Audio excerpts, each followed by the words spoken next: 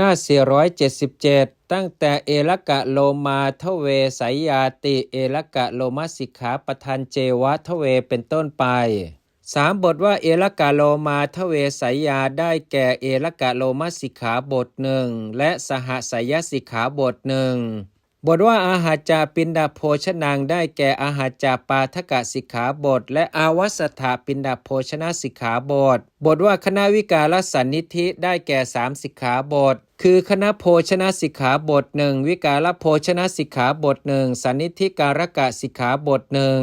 บทว่าทันตโปเนนะเจลกาได้แก่ทันตโปนสิกขาบทและอเจลกะสิกขาบท3บทว่าอุยุตตังวเสอุโยทิได้แก่3สิกขาบทที่พระผู้มีพระภาคเจ้าตรัสว่า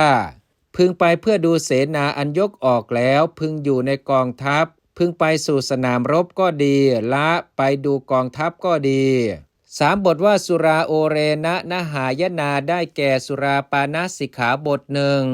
โอเรนัทมาสังนหานาสิกขาบทหนึ่ง3บทว่าทุพพันเนทเวเทสิกาได้แก่สิกขาบทที่พระผู้มีพระภาคเจ้าตรัสว่าตินนางทุพพันเนการนานางหนึ่งปาทิเทสนียะ2สิกขาบทที่เหลือจากที่ตรัสแล้วหนึ่ง2บทว่าลสุนุตติเถนัจจนาได้แก่ลสุนสิกขาบทหนึ่งสิกขาบทที่พระผู้มีพระภาคเจ้าตรัสว่าภิกษุณีใดพึงไปปฏิบัติภิกษุผู้กำลังฉันด้วยน้ำฉันก็ดีด้วยการพัดก็ดีหนึ่งสิกขาบทที่พระผู้มีพระภาคเจ้าตรัสว่าภิกษุณีใดไปดูการฟ้อนก็ดีการขับก็ดีการประโคมก็ดีหนึ่งต่อจากนี้ไปพระธรรมสังฆาหากาจารย์ทั้งหลายเขียนเพี้ยนบาลีผู้ศึกษาพึงทราบลำดับในคำว่านหานางอัทรนางสายยาเป็นอาทินี้เหมือนเนื้อความที่ข้าพเจ้าอธิบายวงเล็บต่อไป3บทว่านหานางอัทรนางสายยาได้แก่3สิกขาบทที่พระผู้มีพระภาคเจ้าตรัสว่าภิกษุณีเหล่าใดพึงเปลือยกายอาบน้ำภิกษุเหล่าใดพึงใช้ผ้าปูนอนและผ้าห่มผืนเดียวกันนอนด้วยกัน2รูปภิกษุณีเหล่าใดพึงนอนบนเตียงเดียวกัน2รูป3บทว่าอันโตรเถตถาพหิได้แก่2สิกขาบทที่พระผู้มีพระภาคเจ้าตรัสว่า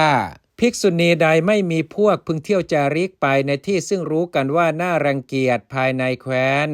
ไม่มีพวกเที่ยวจาริกไปในที่ซึ่งรู้กันว่าน่ารังเกียจภายนอกแคว้น2บทว่าอันโตวสังจิตาคารังได้แก่2สิกขาบทที่พระผู้มีพระภาคเจ้าตรัสว่า